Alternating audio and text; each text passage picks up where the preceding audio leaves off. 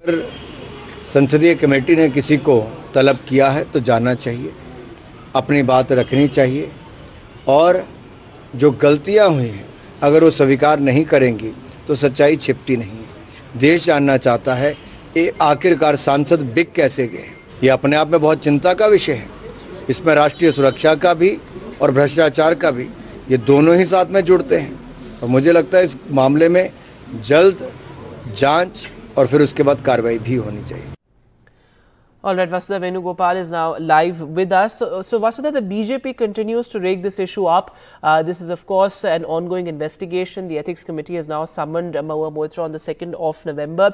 As far as the Ethics Committee is concerned, what is the road ahead? Because now Mahua Moitra has said that, she indeed she did share her login ID and password with Hiranandani's office. So how significant is that confession?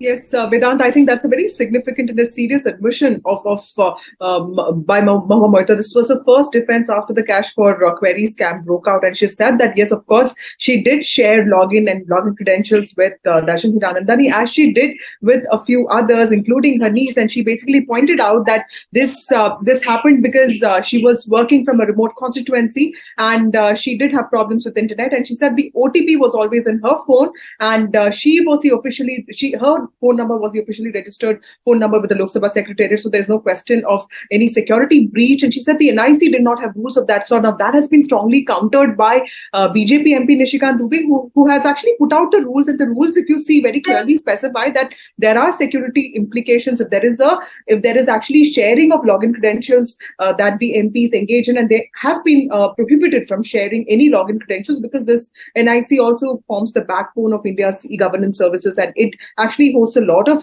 websites, including the Prime Minister's and Finance Ministry and a couple of other ministries, including the Parliament. So that is a very serious charge. She, of course, has now been asked to come and depose in front of the committee members on November 2nd. Now, remember that she had asked for an extension till November 5th because she was earlier called on October 31st, and she said that she had committed engagements in her constituency because of Vijay Dashmi. Now, the committee very clearly in that letter has said that no further requests for extensions will be considered. So that is also that's also very clear that the committee is moving very fast on this. And what we hear from our sources is that this report could be prepared by the committee members who have already come out and said that the charges are very serious in nature. So this report could be prepared before the first week of November. And of course, then the tabling of this report in the Parliament takes place, which will happen in the first week of the winter session of the Parliament, whenever the Parliament session begins. The dates are not out yet, and after that, of course, the Speaker takes a call. So that is what is going to happen right now. But as far as we understand that a lot of investigation is going on. Remember that the CBI has also been asked to probe this complaint. Jai Anand Dehadra, who was one of the two complainants in this case, and both Nishikant Dubey and Jai Anand Dehadra have already deposed in front of the ethics committee. They have also been cross-examined, they've been questioned. So that part is over.